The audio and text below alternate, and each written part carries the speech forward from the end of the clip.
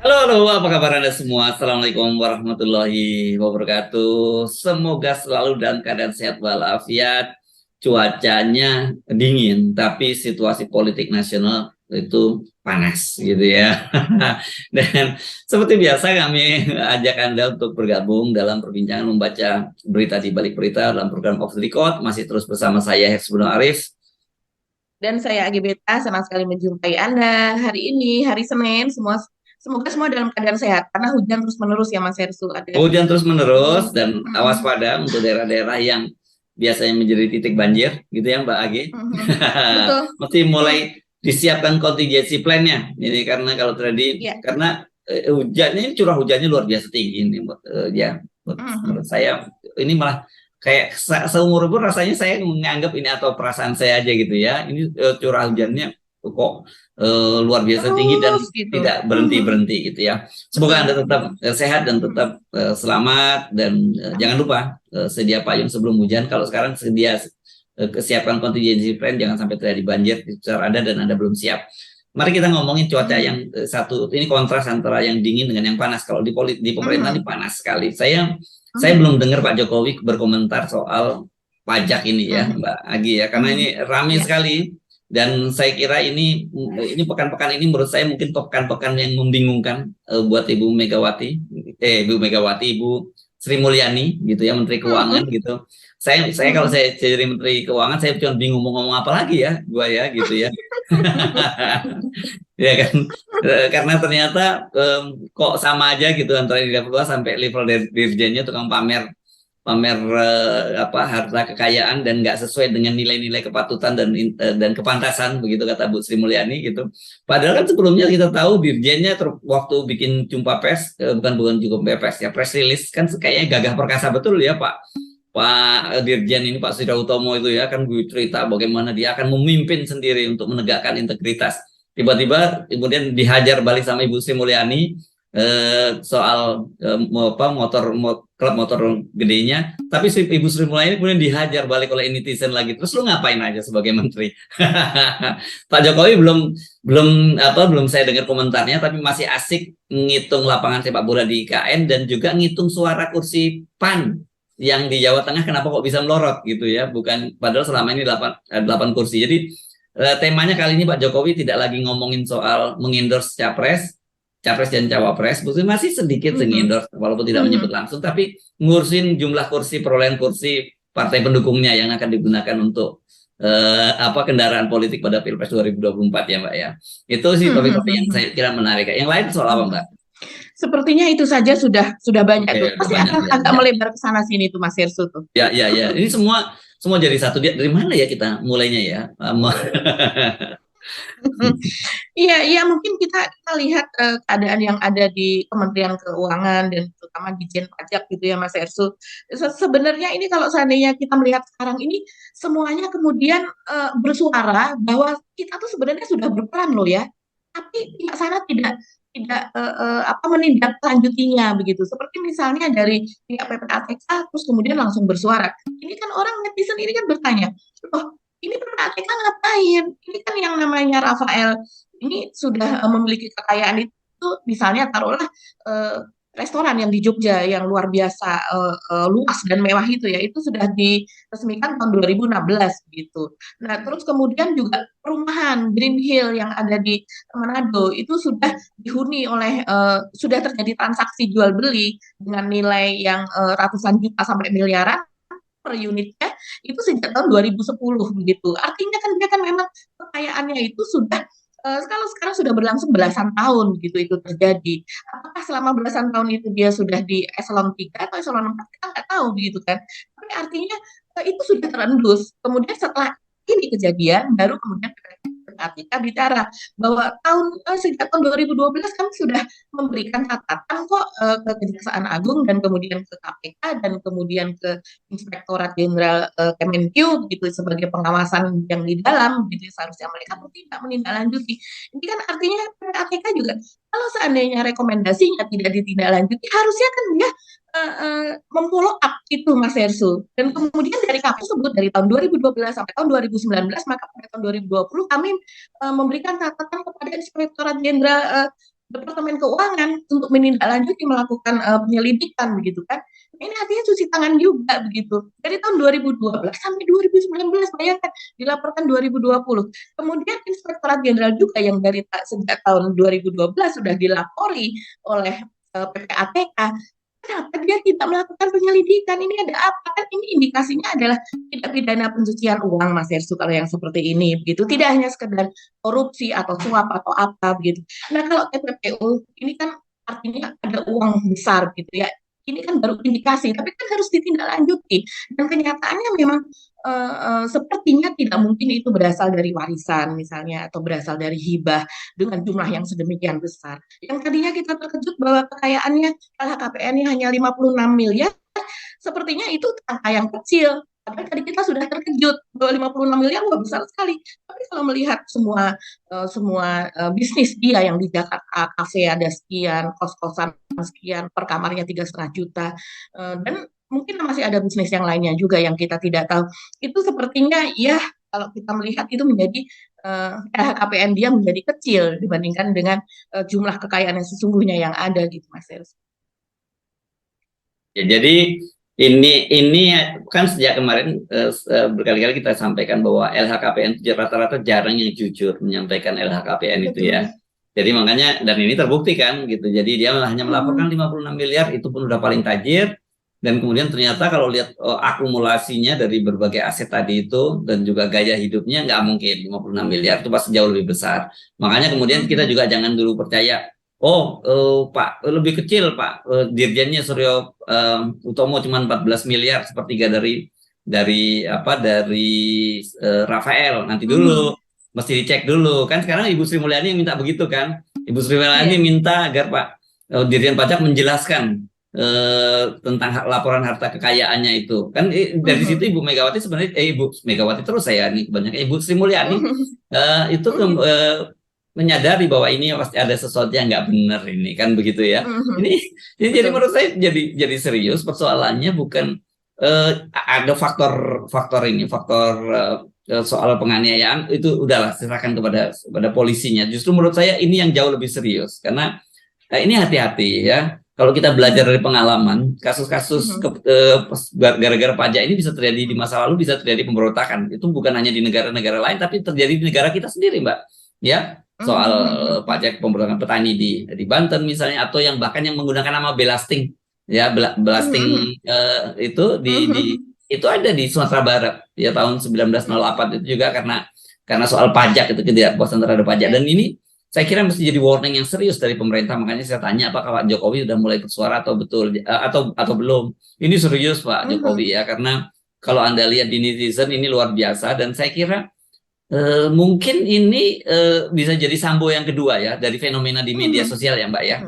Bagaimana para netizen waktu itu bersatu gitu kan. Kalau di sini kemarin dalam kasus Sambo itu semua baik, nggak ada pembelahan ya. Di situ semua orang mendukung keluarga Yosua. Dalam kasus ini saya juga melihat kemiripan itu. Ada sih sedikit yang coba-coba bela, seperti yang tokoh senior kita Mas Gunawan Muhammad gitu yang mencoba membela ini gitu, yang membandingkan bahwa saya nggak tahu apa maksudnya, apakah maksudnya waduh zaman Pak Harto lebih parah dari ini, mungkin maksudnya gitu ya, waktu cerita tentang Adiguna Sutowo yang menembak seorang bartender itu yang di masa Soeharto, ini pernah terjadi, dan ternyata datanya salah gitu, dan Mas Gunawan juga dihajar rame-rame gitu ya oleh netizen.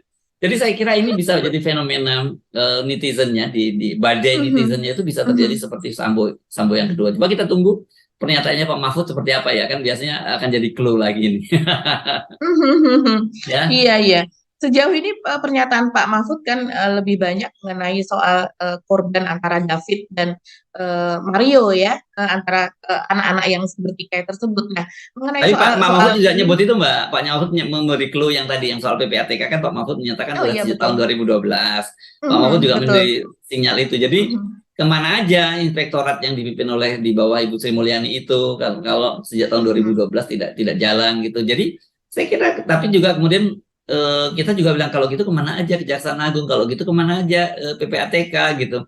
Jadi ini kan makanya saya bilang ini bahaya loh ini, karena krisis kepercayaan publik terhadap pemerintah Kepercayaan. itu luar biasa banget ini sekarang ini, dan ini Mhm. jadi common issue ya, jadi isu bersama Iya. ya, nggak ada pembelahan Mhm. dalam soal ini gitu. Iya, iya betul sekali Mas Ersu. Dan yang kita khawatirkan adalah terjadi pemogokan membayar pajak gitu.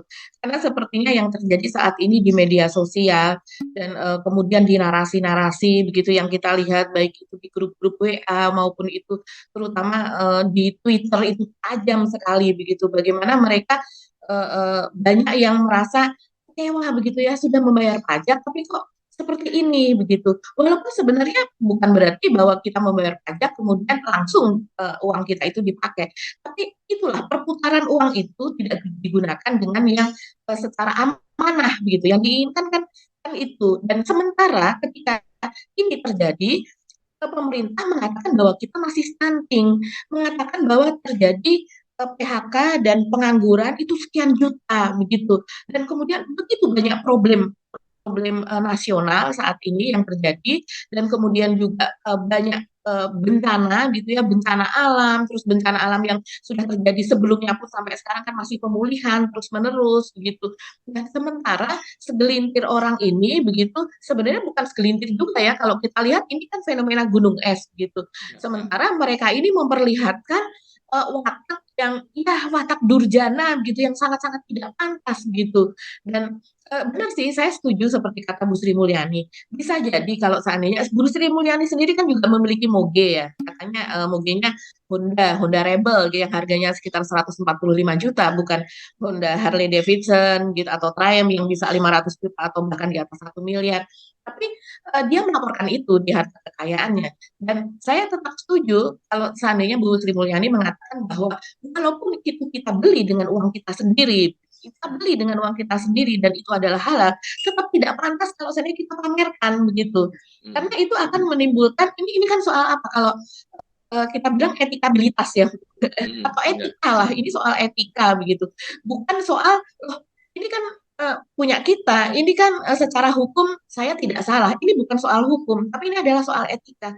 Dan soal etika kalau seandainya kita sudah tidak dipercaya, itu lebih lebih dahsyat dari sekedar hukum. Hukum mungkin kita akan dihukum hanya 6 bulan, 1 tahun selesai. Tapi kalau yang etika, ini kan akan menjalar bahkan yang melakukan satu seperti misalnya ini, yang melakukan satu tapi terjadi di keseluruhan Dijen Pajak. Kemudian terjadi lagi di keseluruhan kementerian tersebut begitu. Hmm. Nah, sekarang ini orang sudah mulai mengulik-ngulik juga Mas Hersu. Bahkan seperti misalnya staf khusus tim itu kan dia aktif sekali di media sosial ya sebelum menjadi staf sus gitu.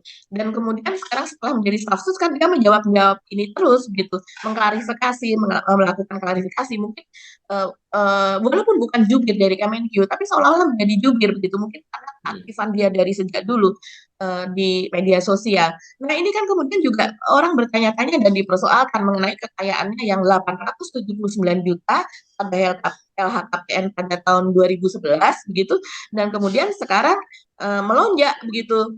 Dan seperti misalnya saya bacakan ya Mas Hersu, itu ada yang mengatakan bahwa LKPN 19 miliar, luar biasa. Ada sampingan Mas, nggak perlu marah ya, wajar pejabat diperhatikan rakyat daripada nanti Bu Sri Mulyani marah-marah lagi gitu.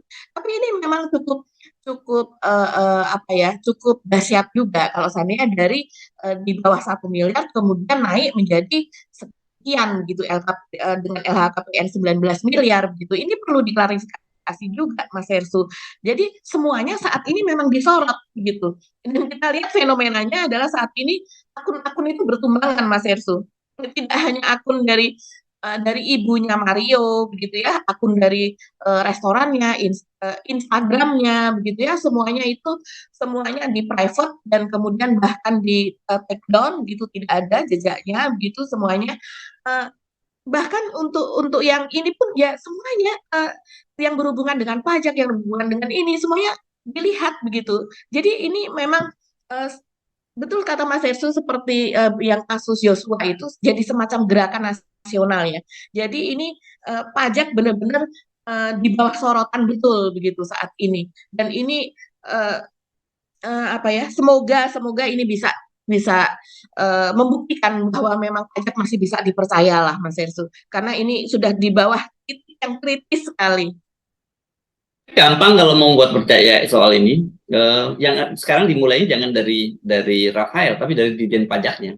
Ya, kan karena Ibu Sri Mulyani juga udah minta untuk mempertanggungjawabkan laporan harta kekayaannya itu, buka saja di situ, dan kemudian setelah Pak Surya Utomo ini declare semuanya dengan beres, baru kemudian dan ternyata itu katakanlah beres gitu ya, memang clear, beliau tidak ada yang dia persoalan bahwa soal sepeda motor gede kan juga dia laporkan misalnya dalam LHKPN-nya, dan baru dari situ beliau punya otoritas untuk melakukan bersih-bersih di dalam. Tapi selama itu belum dilakukan, beliau nggak punya otoritas untuk melakukan itu. Mereka yang tahu nanti akan mencibir gitu, dari kalangan internal sendiri dia akan mencibir, atau ya dinonaktifkan gitu Pak Surya Utomo ini oleh Ibu Sri Mulyani, dan kemudian sambil membuat klarifikasi setelah jadi ditugaskan inspektorat untuk melakukan itu gitu, dan inspektoratnya jangan juga mesti didampingin oleh PPATK, KPK dan sebagainya, dan kalau perlu melibatkan lembaga masyarakat sipil gitu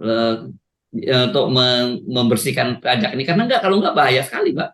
Serius sekali kalau tadi seperti Anda tadi terjadi pembangkangan, itu dampaknya sangat serius, karena kalau kita lihat kan sekarang memang pajak itu salah satu komponen utama dalam APBN kita. Iya. Kalau kemudian terjadi bahwa orang kemudian tidak percaya lagi terhadap pajak, kan ini kan berbahaya sekali gitu ya.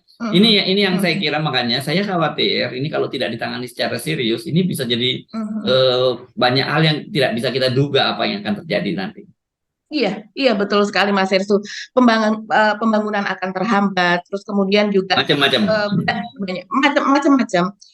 dan bisa merembet kepada kementerian yang lain juga, bisa merembet kepada lembaga. Itu catatan kita ya, Mbak ya, catatan kita yang jangan dianggap serius, karena saya melihat tanda-tandanya di media sosial ini bisa jadi fenomena yang seperti Ferdy Sambo dan versi Sambo kedua. Dan bedanya kalau Ferdy Sambo itu kan langsung ini ke pribadinya Ferdy Sambo gitu ya, orang bisa melokalisir ini dengan lembaga kepolisiannya. Kalau ini kan yang bahayanya kalau kemudian ini secara institusi, karena ini melibatkan langsung pejabat tertingginya dalam hal ini Dirjen Pajak ya. Oke, mari kita pindah ke topik yang lain tadi ya. Kita apa sih tadi soal ini ya, soal lapangan sepak bola tadi ya, Pak ya, yang kita omongin. Ya. Saya agak bingung sebenarnya. Pak Jokowi cerita bahwa satu yang bikin saya bingung, satu adalah bahwa ada lapangan stadion gitu ya di situ ya, di IKN itu ya. Mau dibangun di mana saja itu lapangan stadion itu, dan apakah mungkin ada lapangan stadion selesai dalam 1 tahun? Itu pertama. Yang kedua, kata Pak Jokowi itu diambil hibah dari FIFA. Saya agak bingung atas dasar apa ya FIFA? Apakah memang ada tradisi semacam itu? Mungkin teman-teman yang di olahraga bisa memberikan masukan ya, wartawan olahraga terutama yang paham soal begini. Atas dasar apa ya Indonesia diberi hibah lapangan sepak bola, dan di KN lagi lebih spesifik ya. Kalau mungkin tadinya disebar misalnya di berbagai kota, di kota-kota lain mungkin FIFA punya semacam program untuk mencari talent scouting untuk cari bibit-bibit sepak bola di Indonesia.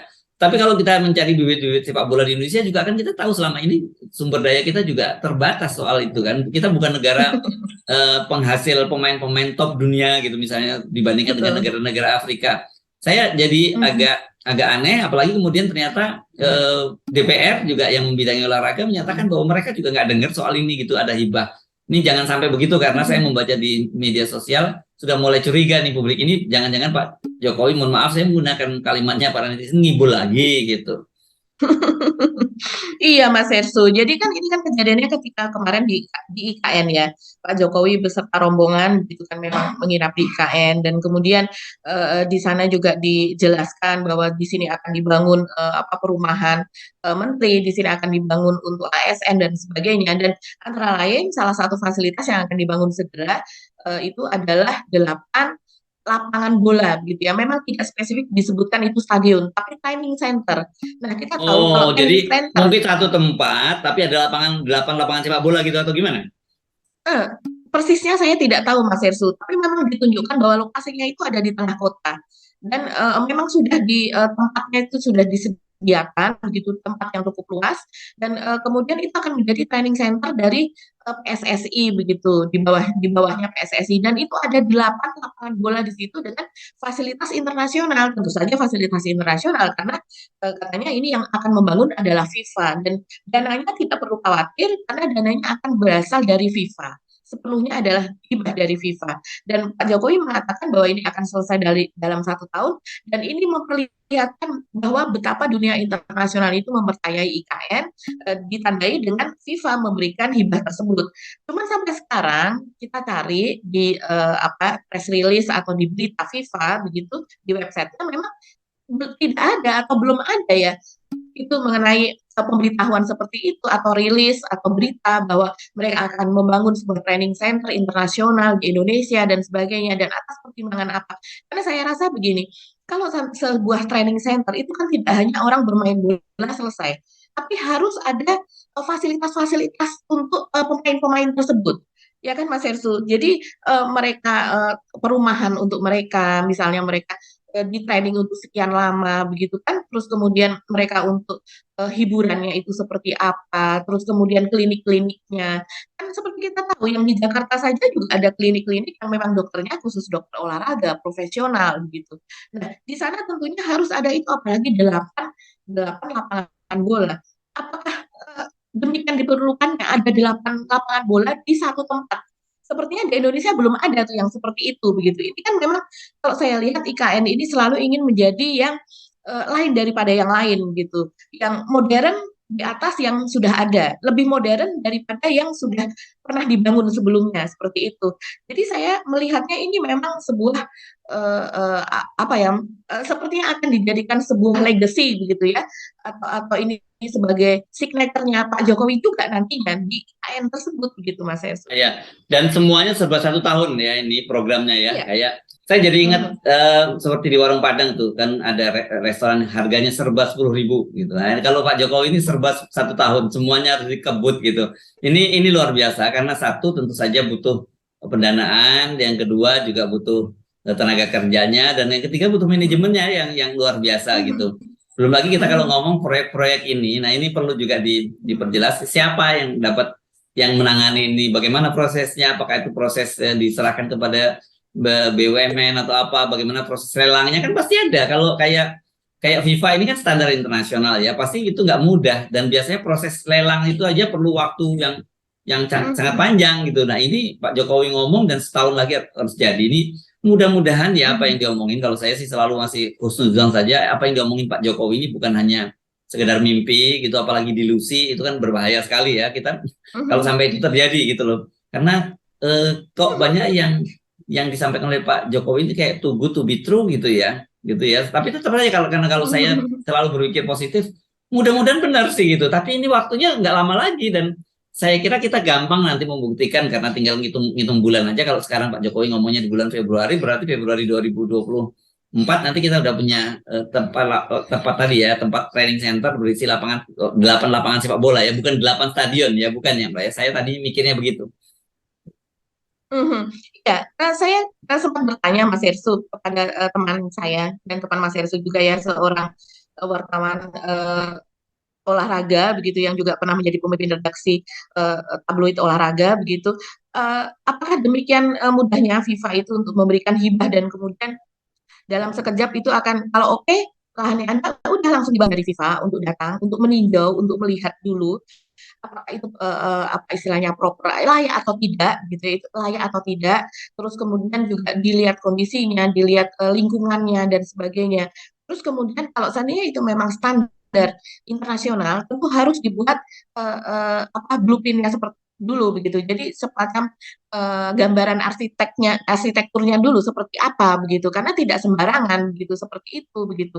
Dan itu perlu ada proses di situ, dan kemudian juga seperti misalnya bahan-bahan yang digunakan dan sebagainya, mereka pasti akan sangat strict Karena kenapa sangat stres? Karena uangnya uang mereka gitu. Tentu mereka ingin itu akan menjadi sesuatu yang memang layak begitu sesuai dengan uang yang sudah mereka keluarkan. Kalau namanya standar nasional internasional ya pasti harus dengan standar internasional. Misalnya soal suhu udara di sana seperti apa, luas ruangan ruang gantinya seperti apa, dan fasilitas-fasilitas yang lain gitu.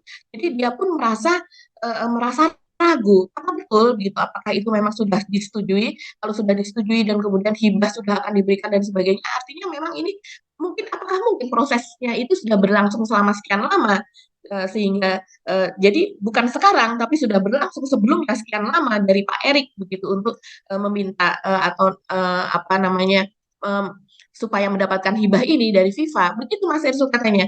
Nah untuk hal ini kita kembali kepada pertanyaan dari DPR, kalau seandainya memang sudah lama, tentunya sudah di sounding juga kan di rapat-rapat dengan DPR begitu Mas Herzul. Tapi kenyataannya sampai sekarang Komisi 10 pun juga tidak tahu begitu, malah baru tahu dari media, dari berita begitu. Oke, tapi menarik deh. Pokoknya Pak, kalau Pak Jokowi yang ngomong ya, em, kita sama-sama tahu deh mau seperti apa ininya. Mari kita tunggu saja. Tetap saja kita berdoa itu jadi apa memang betul terwujud gitu. Kalau enggak, saya khawatir nanti ketika Pak Jokowi mengakhiri masa jabatannya yang diingat orang bukan legasinya berbagai proyek tadi, justru hal-hal kontroversial gitu yang tinggal oleh Pak Jokowi. Kan nggak enak nih kalau kita mengenang Pak Jokowi dengan cara seperti itu. Kan kita inginnya mengenang para presiden kita itu dengan rasa hormat gitu, karena bagaimanapun mereka ini adalah orang-orang yang punya jasa besar terhadap negara kita gitu ya Mbak Agi ya. Kita mesti ubah pendekatannya kepada Pak Jokowi seperti itu ya. Oke ya, bagi kita mesti mengakhiri perbincangan kita kali ini. Tadi kita bahas topik yang saya kira ini cukup semuanya serius gitu ya. Dan tapi soal pajak itu betul-betul menurut saya implikasinya juga tidak kalah seriusnya, karena ini berkaitan dengan masa depan dari pembangunan di negara ini gitu ya, Mbak Agi ya. Betul. Ya, mari kita akhiri perbincangan kita kali ini. Sampai ketemu lagi esok ya, di Selasa. Sekali lagi selamat menjalankan aktivitas. Jangan lupa jaga kesehatan, jangan lupa waspada terhadap banjir. Saya Subnu Arif.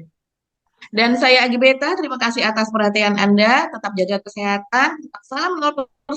Wassalamualaikum warahmatullahi wabarakatuh. Wassalamualaikum warahmatullahi wabarakatuh.